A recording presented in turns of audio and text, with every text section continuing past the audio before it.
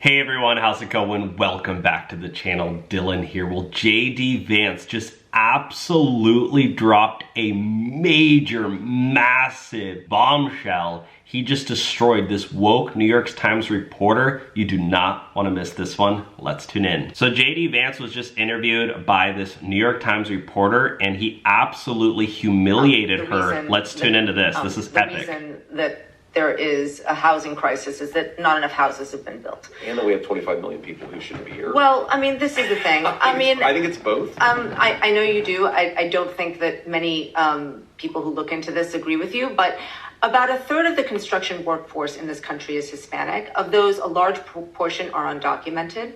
So how do you propose to build all the housing necessary that we need in this country by removing all the people who are working in construction? Well, I think it's a fair question because we know that back in the 1960s when we had very low levels of illegal immigration, Americans didn't buy houses, didn't build houses. But of course they did. And I'm being sarcastic, of course, in service of a point, Lulu. That's hilarious. Gotta love JD, guys.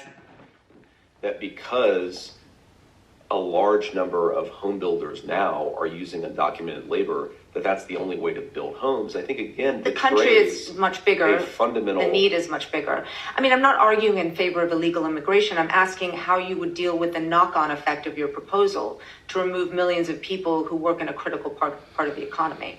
Well, I think that what you would do is you would take, let's say, for example, the 7 million prime-age men who have dropped out of the labor force, and you have a smaller number of women, but still millions of women prime-age who have dropped out of the labor force. You absolutely could re-engage folks into the American labor market. This is, I think, to work in construction. Of course, you could.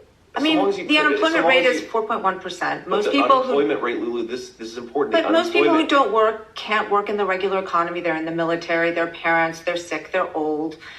They might not want to work in construction. The unemployment rate does not count labor force participation dropouts. And again, this is one of the really deranged things that I think illegal immigration does to our society is it gets us in a mindset of saying we can only build houses with illegal immigrants when we have 7 million, just men, not even women, just men who have completely dropped out of the labor force. People say, well, Americans won't do those jobs. Americans won't do those jobs for below the table wages.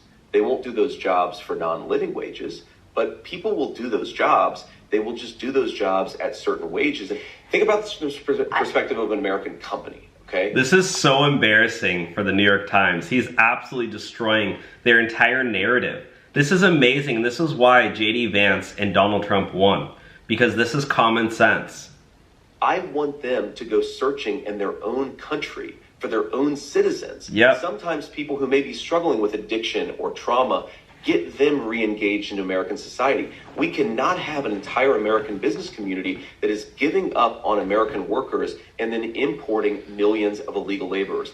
That is what we have thanks to Kamala Harris's border policies. I think it's one of the biggest drivers of inequality. It's one of the biggest reasons why we have millions of people who have dropped out of the labor force. Why try to re-engage an American citizen in a good job if you can just import somebody from Central America who's going to work under the table for poverty wages? It is a disgrace, and it has led to the evisceration of the American middle class. Oh my gosh! Boom shakalaka, JD Vance did it again.